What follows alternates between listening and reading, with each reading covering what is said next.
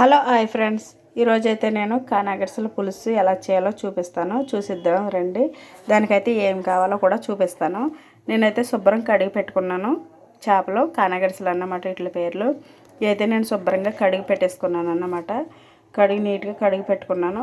పెట్టుకున్న తర్వాత దీంట్లోకి అయితే ఏం కావాలో చూపిస్తాను.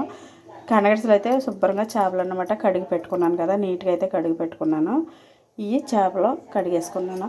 దాని తర్వాత దానికైతే పులుసు కాబట్టి దానికైతే చింతపండు నానబెట్టుకున్నాను. నేను ముందుగా చింతపండు కూడా చూపిస్తాను. చింతపండు ఇది నానబెట్టుకున్నాను అన్నమాట. మనకు పులుపు సరిపడా నానబెట్టుకున్నాను నేనైతే.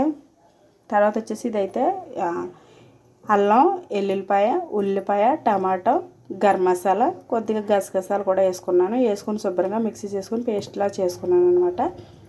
ఇదైతే కొద్దిగా గ్రేవీ కింద ఉండడానికి నేను చేసుకున్నాను. ఎక్కువ మంది అయితే ముక్కలు కోసుకునే పెట్టుకుంటారు, కానీ నేనైతే ఇలా గ్రైండ్ చేసుకున్నాను అన్నమాట ఉల్లిపాయ పేస్టు. సరే, ఇప్పుడైతే చేపల పులుసు ఎలా చేయాలో చూపిస్తాను రండి, చూసేద్దాం.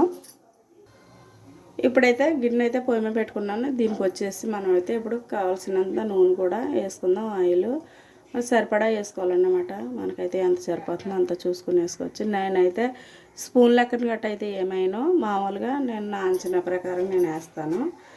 నూనె అయితే వేసుకున్నాను కదా. ఇప్పుడైతే ఆయిల్ వేడైపోయిన తర్వాత ఇప్పుడైతే మనకు నూనె వేడైపోయింది కాబట్టి దానికైతే నేను ఇదిగో అలా ఉల్లిపాయ పేస్ట్ వేస్తున్నాను అన్నమాట. చెప్పాను కదా దీంట్లో ఏమేమి వేసానో, ఇలా వేసాను అన్నమాట. ఇదైతే వేసుకుంటాను. ఇప్పుడు నేను వేసుకుంటున్నాను.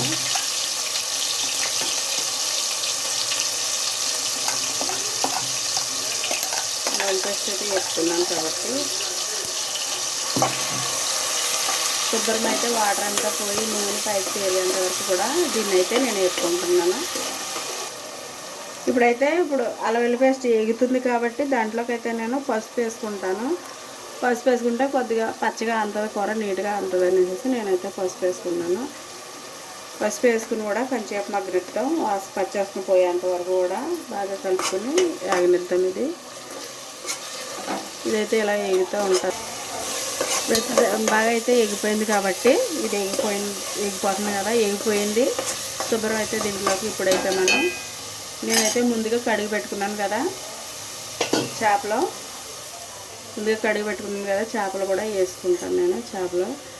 చేపలు వేసుకుని అయితే ఏం కలపక్కరొద్దు. చేపలు వేసుకుని అలా ఉంచుకుని తర్వాత మనం ఉప్పు, కారం అన్నీ వేసుకుంటే సరిపోద్ది. ఉప్పు, కారం వేసుకుందాం. ఇప్పుడైతే నేను చేపలు వేయడం అయిపోయింది కదా. చేపలు అయితే వేసాను. మనకైతే చేపలు అయితే వేసాను కాబట్టి ఇది వచ్చేసి కారం చూడండి అంత నీట్గా ఉంది, అంత చిక్క కొత్తగా నిన్న ఆడించుకొత్త కారం అయితే చాలా బాగుంది. స్మెల్ అయితే సూపర్ అవుతుంది అన్నమాట. ఇప్పుడు ఈ కారం అయితే నేనైతే వేసుకుంటాను. కారం నాకు సరిపడా, అంటే చింతపండు పులుసు కాబట్టి కొద్దిగా కారంగా ఉండాలి కాబట్టి నేనైతే కారం అయితే వేసుకుంటున్నాను. చేపల కూర పులుసుకి అయితే కొంచెం చింతపండు వేస్తాం కాబట్టి కారం అయితే కొద్దిగా తగిలించుకుంటేనే బాగుంటుంది, ఎక్కువగా వేసుకుంటేనే. ఇదైతే ఉప్పు, నేనైతే రాళ్ళ ఉప్పు వాడతాను కాబట్టి రాళ్ళ ఉప్పు ఇది వేసుకున్నాను. ఉప్పు వేసుకుంటుంది. ఇప్పుడైతే బాగా పిసికి పెట్టుకుంటాను చింతపండు కూడా నేను వేసుకుంటాను. ఎందుకంటే మనం చేపలు వేసిన వెంటనే అటు ఇటు కలిపామంటే చేపలు విడిపోతాయి కాబట్టి నేనైతే ఏం కలపలేదు. అవి వేసుకున్నాక వెంటనే అయితే చింతపండు పులుసు వేసుకున్నాను అన్నమాట. ఇదే మిక్సీ చేసుకున్నాను కదా జారు, ఇంకా పేస్ట్ అయ్యి ఎక్కువగా అంటుకుంటులోకి కడిగి అయితే పోసుకుంటున్నాను. వాటర్ అయితే కడిగి పోసుకున్నాను నేనైతే. ఇప్పుడైతే నేను చింతపండు కూడా సరిపడా వేసుకున్నాను. ఉప్పు అన్నీ జాయిగా నెమ్మదిగా అయితే కలుపుకున్నాను. ఇవైతే చేపలు, ఎందుకంటే కారం ఉప్పు వేసాను కదా, ఒక దిక్కునే ఉండిపోద్ది అనమాట. అందుకని అయితే కలుపుకున్నాను. ఎక్కువ కలపకుండా లైట్గా అలా కలుపుకుంటే సరిపోద్ది అన్నమాట. తక్కువగా కలుపుకుని అలాగా నేనైతే ఇప్పుడు దీన్ని అయితే మూత పెట్టుకుంటాను. మంట అయితే రేంజ్లో పెట్టుకున్నాను అన్నమాట.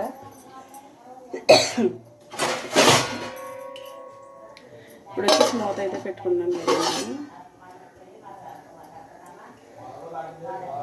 మూత అయితే పెట్టేసుకున్నాను. మూత అయితే పెడుతున్నాను. మూత పెట్టేసుకుని ఇలాగైతే 10-15 నిమిషాల్లో అయితే మరిగిపోద్ది. ఎందుకంటే నేను గ్యాస్ ఫుల్గా పెట్టేస్తాను అన్నమాట. ఎక్కువసేపు చేప అలాగే ఉడికిన గట్టికి బాగోదు, మెత్తబడిపోయి మనకి పీకిడి అయిపోద్ది అనమాట. అందుకనేసి నేనైతే అలా పెట్టుకున్నాను. ఇప్పుడైతే 15 నిమిషాలు అయితే పులుసు అయితే మరిగిపోద్ది. నాకు సరిపడా పులుసుని బట్టి నేను అయితే గ్యాస్ ఆఫ్ చేసుకుంటాను.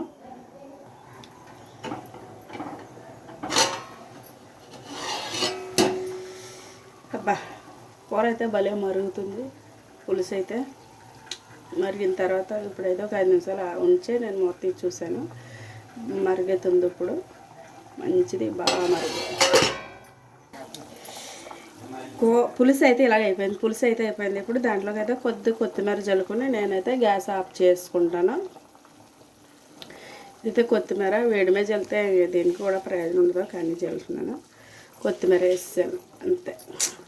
కానాగడ్సల పులుసు ready.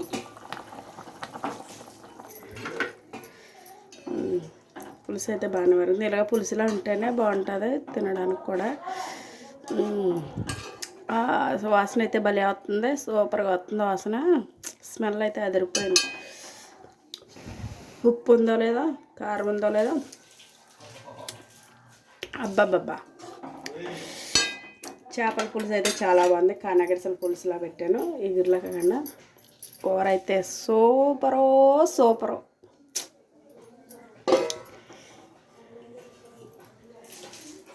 Okay friends, bye. Video నచ్చితే లైక్ చేయండి, కామెంట్ చేయండి, సబ్స్క్రైబ్ చేయండి ప్లీజ్. మీరు సబ్స్క్రైబ్ చేసుకుంటే నాకు ఎంతో బాగుంటుంది. మీరైతే సబ్స్క్రైబ్ చేసుకోండి, నాకు సపోర్ట్ చేయండి ప్లీజ్. బాయ్.